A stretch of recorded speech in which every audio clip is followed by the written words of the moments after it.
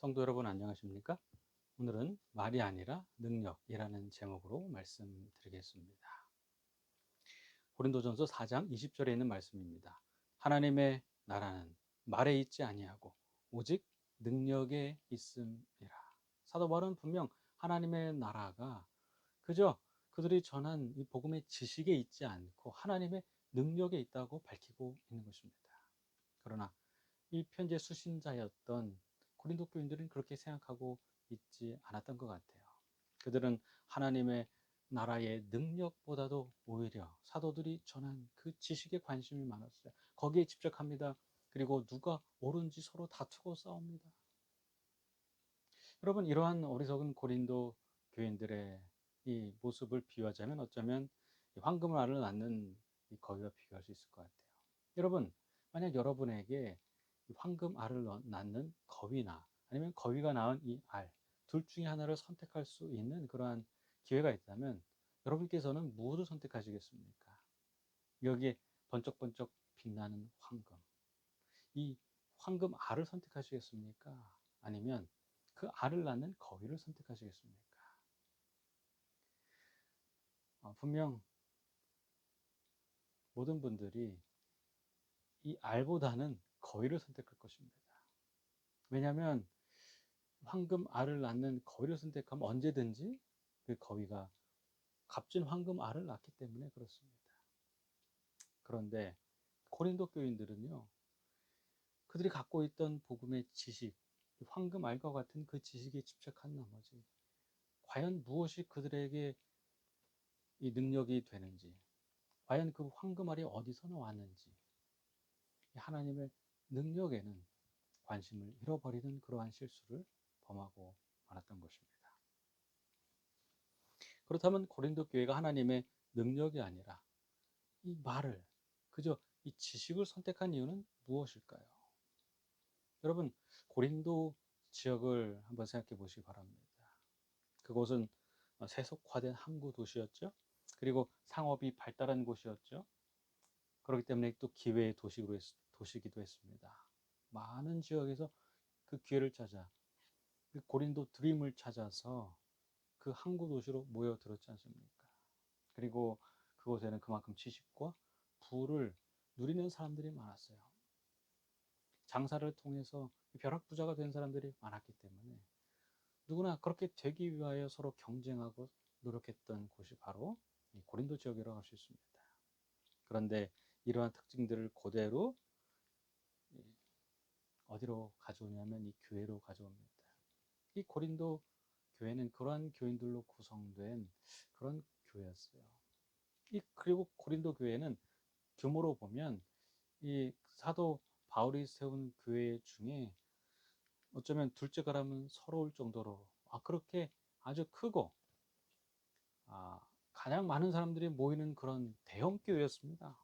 오늘날로 말하면 아주 부유한 대형 교회였어요. 여러분, 그렇게 부유한 대형 교회였던 이 고린도 교회, 그곳에는 무엇이 풍족했을까요? 비교적 다른 곳과 다르게 아마 재정이 풍족했을 것입니다. 여러분, 이 재정이 풍족하면 얼마나 좋습니까? 여유롭죠. 그런데 때때로 우리에게 이 돈이 있으면 돈의 능력을 의지하다가 하나님의 능력을 놓치는 경우가 많아요. 왜냐하면 돈으로 다 될 수 있기 때문에 그래요. 선교 돈으로 하면 되는 것입니다. 교회에 무슨 문제가 있으면 돈으로 하면 되는 것입니다. 그래서 이 돈이라는 것이 이 정말로 양날의 검인 것 같습니다. 어떻게 사용하냐에 따라서 확실히 달라지는 것 같아요. 고린도 교인들은 점차 그들의 부유함과 풍족함에 의지하기 시작했습니다. 그리고 오히려 신앙을 하나님께서 그들에게 주신 이 복음을 그들이 이용하기 시작했습니다. 그리고 그것을 통해서 자신을 높이는 데 사용하기 시작합니다. 자신의 지식을 자랑하고 자신이 얼마나 대단한 사람임을 나타내는 데에 그것을 이용하기 시작하는 것입니다. 그렇습니다. 사도들이 떠난 고린도 교회, 그곳에는 하나님의 큰 능력이 아니라 그저 사도들이 전한 지식만 남아 있었어요. 그리고 지식에 대한 논쟁만 있었습니다. 그런데 그 논쟁은요, 정말 진리가 무엇인가? 우리가 전해받은 이 복음, 그거에 대하여 그 본질에 대해서 우리가 깊이 한번 연구해보자. 이런 진지한 토론이 아니었습니다. 그저 누가 더 높은가였어요. 누가 더 대단한 거였습니다. 그런 것으로, 그런 논쟁으로 그들은 하루하루를 보내고 있었습니다. 여러분, 고린도 교회, 어떤 교회입니까? 그들이 갖고 있었던 이 지식 때문에 참된 복음은 가려져 있는 그런 교회였습니다. 여러분, 우리가 이 지식을 자랑하고 또 지식을 논하기 위해서는 어디 가면 돼요? 아, 그렇죠. 여기 남아있는 것처럼 대학에 가면 됩니다. 여기에 이 대학에 진학하기 위해서 이 연구 주제를 발표해서 우수상을 받은 이 소그룹이 하나가 있습니다. 여러분, 그렇습니다. 이렇게 대학에 가기 위해서 지식을 쌓고 그리고 그것을 체계화해서 이 발표해서 점수를 얻는 것입니다. 그리고 대학에 가서도 마찬가지죠. 대학에서도 열심히 연구해서 지식의 진보를 이루는 것입니다. 여러분, 그런데 이 고린도 교회가 이런 대학처럼 변해버렸습니다. 복음에 대한 지식으로 서로 다투기 시작했어요. 여러분, 이것이 바로 사도 바울 당시 고린도 교회의 모습이었습니다. 그들을 향하여 사도 바울은 이렇게 말합니다. 너희가 이미 배부르며 이미 풍성하며 우리 없이도 왕이 되었도다. 이것이 그들의 모습이었습니다. 이미 복음의 능력 없이도 지식에 넘쳐나고 부요해서 왕처럼 모든 것을 판단하고 이제 더 이상 필요한 것이 없다고 생각한 교회. 그 교회가 바로 고린도 교회였던 것입니다. 여러분, 오늘 우리가 함께 이 나누는 말씀을 통하여서 오늘 우리 자신과 우리의 교회를 돌아보는 시간 되기를 간절히 바랍니다. 과연 우리의 자신과 우리 교회는 하나님의 능력을 바라보는 교회인가? 그리고 성도들인가? 아니면 고린도 교인들처럼 우리 또한 하나님의 능력보다는 그저 복음의 지식에 만족하고 있지는 않은지 돌아보는 이 시간 되기를 간절히 바랍니다. 여러분, 사실 그런데 고린도 교회와 비슷한 교회가 이 요한계시록에 하나 나옵니다. 그것이 어떤 교회입니까? 네, 여기 나와 있는 것처럼 이 라오디게아 교회입니다. 여러분, 라오디게아 교회는 어떤 교회였습니까? 계시록 3장 17절입니다. 내가 말하기를 나는 부자라 부요하여 부족한 것이 없다 하나 내 공간 것과 가련한 것과 가난한 것과 눈먼 것과 벌거벗은 것은 알지 못하는도다. 라오디아 교회는 마지막 교회를 대표하는 교회 아닙니까?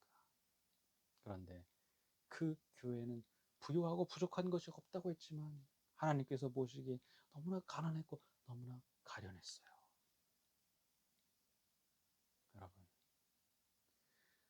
이것이 바로 고린도 교회의 모습이었고 어쩌면 이 마지막 시대를 살아가는 저와 여러분의 모습인지도 모르겠습니다.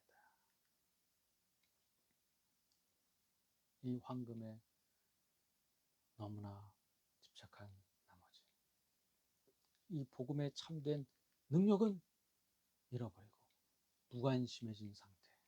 그것이 바로 오늘날의 교회 또 성도들의 형편이 아닌가.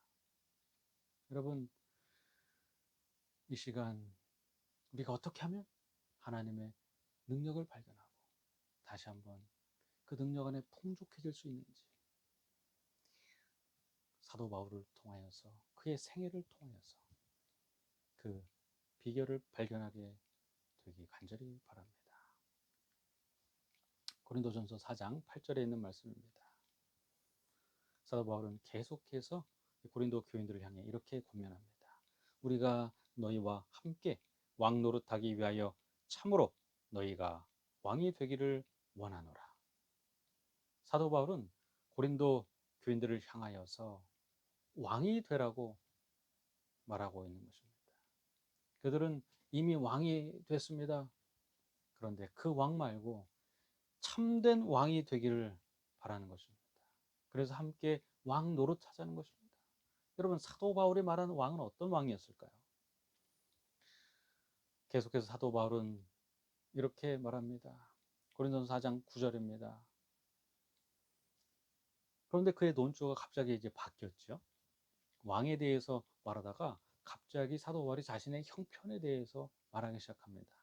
내가 생각하건대 하나님이 사도인 우리를 죽이기로 작정된 자 같이 끝터머리에 두셨음에 우리는 세계 곧 천사와 사람에게 구견거리가 되었노라. 사도 바울은 갑자기 자신의 형편을 말하면서 우리가 구경거리가 되었다고 말하고 있습니다. 여러분, 여기서 말한 이 구경거리라는 말은 사실은 이 당시에 이 검투사들, 그들을 보며 즐겼던 이 검투장을 생각나게 했습니다. 여러분, 이곳은 어쩌면 그 당시에 살던 사람들의 최고의 볼거리였고, 다른 데서 느낄 수 없었던 짜릿함을 느낄 수 있었던 그러한 장소가 바로 이곳이었던 것입니다. 그곳에 검투사들이 서로 이 창을 겨누면서 칼을 겨누면서 피를 흘리며 죽어가는 모습을 그들은 즐겼어요. 그것이 그 당시에 볼거리였고 구경거리였습니다. 여러분, 그런데 이 검투사들은 그래도 자기의 명예를 위해서 싸울 수가 있었어요. 그리고 때때로는 승리해서 큰 명예도 또 돈도 얻게 됐습니다. 그런데 이 검투장에서조차 가장 끄트머리에 있었던 사람들은 어떤 사람들일까요? 그 끄트머리에 있던 사람들, 그들은 바로 이 노예들이었습니다. 죄수들이었습니다. 전쟁에서 져서 포로가 된 자들이었습니다. 그들이 검투장 안으로 끌려옵니다. 그들은 가장 끄트머리에 있는 자들이에요. 가장 낮은 자들입니다. 그들은 아무런 명예도 없어요. 싸울 권리도 없습니다. 그저 사람들의 볼거리로 이곳에서 죽어갔던 자들, 검주차들, 힘이 없는 아이들부터 시작해서 여성들과 노인들까지 그저 사람들의 눈요깃거리로 죽어갔던 사람들, 그 사람들이 누굽니까? 이 검투장에서 가장 끄트머리에 있었던 자들입니다. 그런데 사도 바울은 자기 자신을 일컬어서 바로 이렇게 검투장에서 죽어간 죄수들과 같이 끄트머리에 있는 자라고 말하고 있는 것입니다. 계속해서 사도 바울이 자신의 형편에 대해서 이렇게 말합니다. 바로 이 시각까지 우리가 줄이고 목마르며 헐벗고 매맞으며 정처가 없고 또 수고하여 친히 손으로 일을 하며 모욕을 당한즉 축복하고 박해를 받은즉 참고 비방을 받은즉 권면하니 우리가 지금까지 세상의 더러운 것과 만물의 찌꺼기 같이 되었도다. 사도 바울이 자신을 향하여 무엇이라고 고백합니까? 만물의 찌꺼기라고 고백합니다. 여러분, 사도 바울은 정말로 자기 자신의 형편, 인간적인 자신의 모습, 그 모습을 보면서 세상에서 가장 낮은 자, 찌꺼기 같다고 고백하는 것입니다. 낮아진. 그는 한없이 낮아진 자였습니다. 세상에서 버려진 자였습니다. 그런데 그의 낮아짐은 세상에 살던 사람들의 낮아짐과는 뭔가 달랐어요. 무엇이 달랐을까요? 누구나 낮아지면 낮아질수록 낮아지지 않으려고 거기에서 탈출하려고 발버둥을 칩니다. 그런데 사도 바울은 그러지 않았어요. 그의 낮아짐은 좀 특별했습니다. 왜냐하면 그는 아무리 낮아져도 거기서 탈출하려고 하지 않았기 때문에 그렇습니다. 여러분, 이런 낮아짐 한번 경험해 보셨습니까? 탈출하고 싶지 않은 낮아짐. 그의 낮아짐이 그런 낮아짐이었습니다. 여러분, 사람이면 누구나 자존심이라는 것을 가지고 있죠. 예. 그래서 이런 말도 있지 않습니까? 지렁이도 밟으면 꿈틀댄다는 말이 있어요. 그것은 누구나 그 우리의 마음 속에 자기 스스로 존중받고 싶은 그런 마음이 있다는 것입니다. 그런데 사도 바울에게는 마치 그것조차 버린 사람처럼 그렇게 자기 자신에 대하여 한없이 낮아진 자라고 말하고 있습니다. 그 대표적인 예가 바로 여기에 나와 있습니다. 고린도후서 11장 30절 33절에 그가 얼마나 이 낮아졌는지, 또 그것을 자기 스스로 또 수용하고, 또 사람들에게 말하는데 꺼리낌이 없었는지 자신의 부족함에 대하여 자랑하고 있어요. 그 내용을 좀 보겠습니다. 내가 부득불 자랑할진대 내가 약한 것을 자랑하리라. 다메섹에서 아레다 왕의 고관이 나를 잡으려고 다메섹 성을 지켰으나 나는 광주리를 타고 들창문으로 성벽을 내려가 그 손에서 벗어났노라. 여러분, 사도 바울이요 다메섹에 그리스도인들을 잡아서 감옥에 집어넣으려고 갔습니다. 그러나 중간에 예수님을 만났죠. 그리고 그가 회심했다는 소문이 퍼졌습니다. 그리고 그를 다메섹에서 잡기 위하여 군사들이 출동했습니다. 예전에 사도 바울이 명령 내렸던 사람들이 이제 사도 바울을 잡으려고 오는 것입니다. 사도 바울은 그들과 당당히 맞서지 않았어요. 도망갔습니다. 벌레벌떡 이 성벽을 내려갔습니다. 그런데 어떻게 내려갔다고 나옵니까? 광주리를 타고 도망가는 모습이 나옵니다. 여러분, 성벽을 타는데 여러 가지 방법이 있을 것입니다. 여기에 특전사들이 아주 멋지게 로프를 타고 벽에서 내려오는 장면이 있습니다. 사도 바울도 아마 운동신경이 뛰어났거나 훈련을 좀 받았으면 로프를 타고 멋있게 내려갈 수도 있었어요.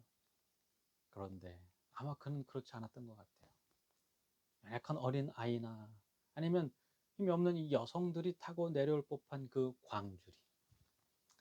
광주리에 의지하여 사도 바울이 성벽을 내려왔음을 그가 당당하게 밝히는 것입니다.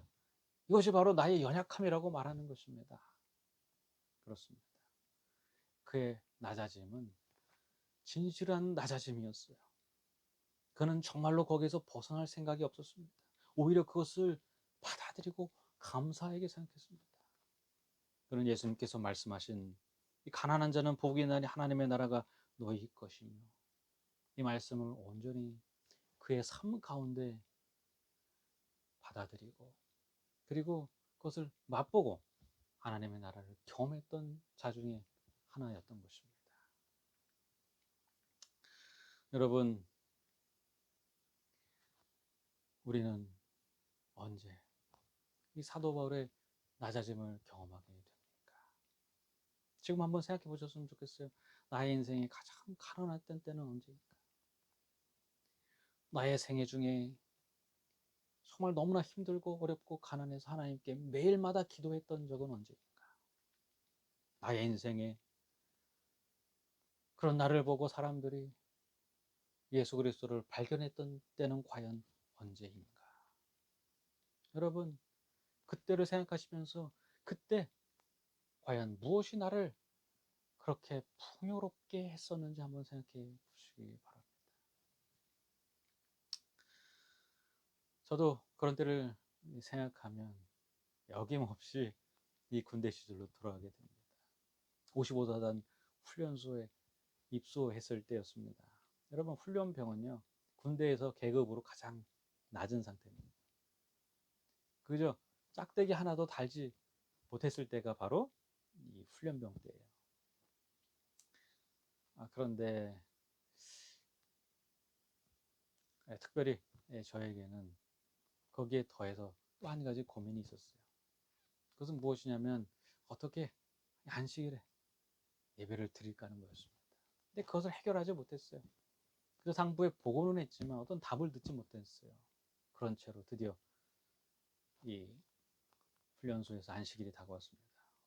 어떻게 할 바를 모르고 예, 내무실에 앉아 있었어요. 그리고 드디어 방송에 나옵니다.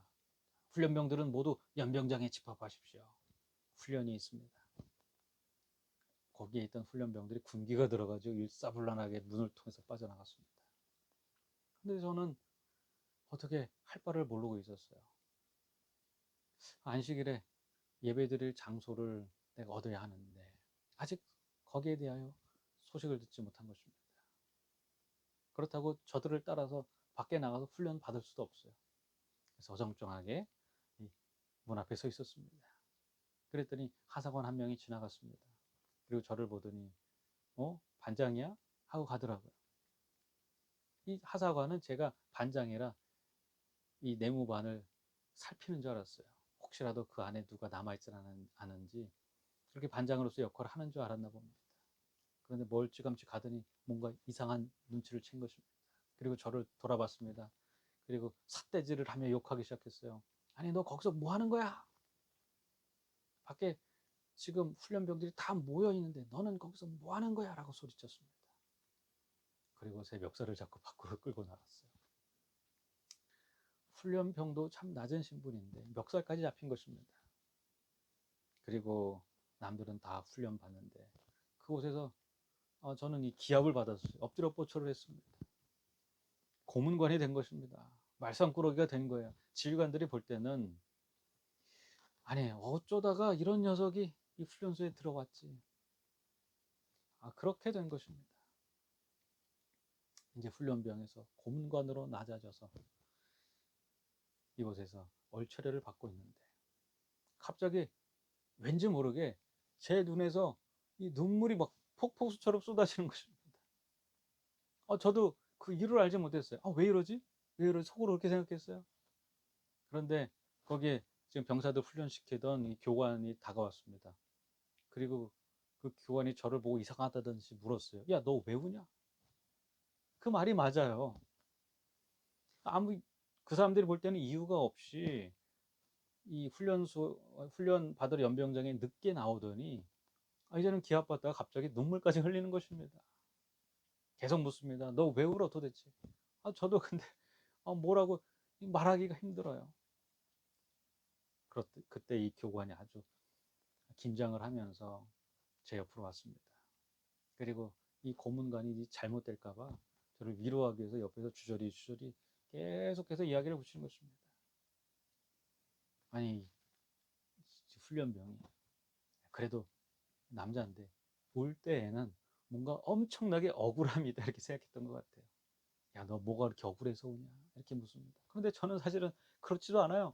그냥 눈에서 눈물이 나오는 것입니다. 이제는 훈련병, 특별히 이제 눈물을 흘리는 훈련병이 돼버렸어요. 그리고 그렇게 그날 안식일을 보냈습니다. 그런데 그 후에 이상하게도 이 금요일 저녁 해만 지면 그렇게 이상하게 눈물이 왈칵왈칵 쏟아지는 것입니다. 화장실을 가서 용변을 볼 때도 희한하게 막 눈물이 쏟아져요.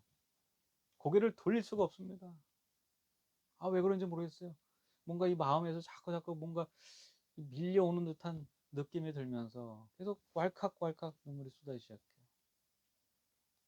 여러분 평소에 제가 그렇게 눈물을 많이 흘리는 그런 독특한 사람이 아니었는데 도대체 왜 그럴까? 다행히도 안식일 문제가 우여곡절 그때 잘 해결이 돼서 안식일 내부반에 앉아서 성경책을 읽었습니다. 그때 고린도후서 12장 10절을 읽었어요. 그리고 이 말씀을 통해서 왜 그렇게 눈물을 흘렸는지 알게 됐습니다. 그러므로 내가 그리스도를 위하여 약한 것들과 능욕과 궁핍과 박해와 곤고를 기뻐하노니 이는 내가 약한 그때에 강함이라. 그 눈물은 연약해서 내 자신이 한심스러워서 너무나 억울해서 흘리는 눈물이 아니었습니다. 그것은 기쁨의 눈물이었어요. 내가 가장 약할 때 나를 강하게 하시는, 나와 가장 가까이 하시는, 내 안에 나와 함께 하시는 성령을 통해서 느끼는 감격에 눈물이었던 것입니다. 성도 여러분, 오늘 우리의 삶 속에 가장 약한 순간에 나를 강하게 하시는 분이 하나님이시라면 오늘 그 하나님의 능력에 의지하는 삶을 살아보시지 않겠습니까? 하나님의 능력에 의지하는 삶, 그것이 바로 하나님께서 바라시는 삶이고 우리가 살아갈 수 있는 최고의 삶이라는 사실을 오늘 잊지 않고 우리의 삶 속에 하나님께 무릎 꿇고 그 능력을 달라고 기도하는 일이 많아지고 우리의 삶이 그렇게 날마다 최고의 삶이 되는 그러한 삶을 사는 모든 성도님들 되시길 바라면서 오늘 말씀을 마치겠습니다. 감사합니다. 하늘에 계신 아버지, 오늘 사도 바울을 통하여서 진정한 낮아짐의 경험이 무엇인지 알게 하시니 감사합니다. 낮아짐은 피하고 싶은 것이 아니라 오히려 낮아짐을 통해 하나님께서 우리 안에 역사하고 계심을 더욱 확실하게 깨달을 수 있는 축복임을 알게 하셨으니 오늘 우리의 삶 가운데 낮아짐의 시간이 다가올 때 그것을 꺼려하거나 아니면 피하려 하지 말고 오히려 그 안에서 하나님을 높이고 하나님의 성령께서 우리 안에 계심을 더욱 밝히 깨달아 오직 우리의 낮아짐을 통해 예수 그리스도께서 드러나는 삶을 사는 우리 모두가 될 수 있도록 축복하여 주시옵소서. 오늘 이 자리에 머리 숙인 모든 성도들께 함께 하셔서 그러한 축복으로 말미암아 기뻐하는 모든 성도들 될 수 있도록 인도하실 것을 믿고 바라오며 사랑이 충만하신 예수님의 이름으로 기도드렸습니다.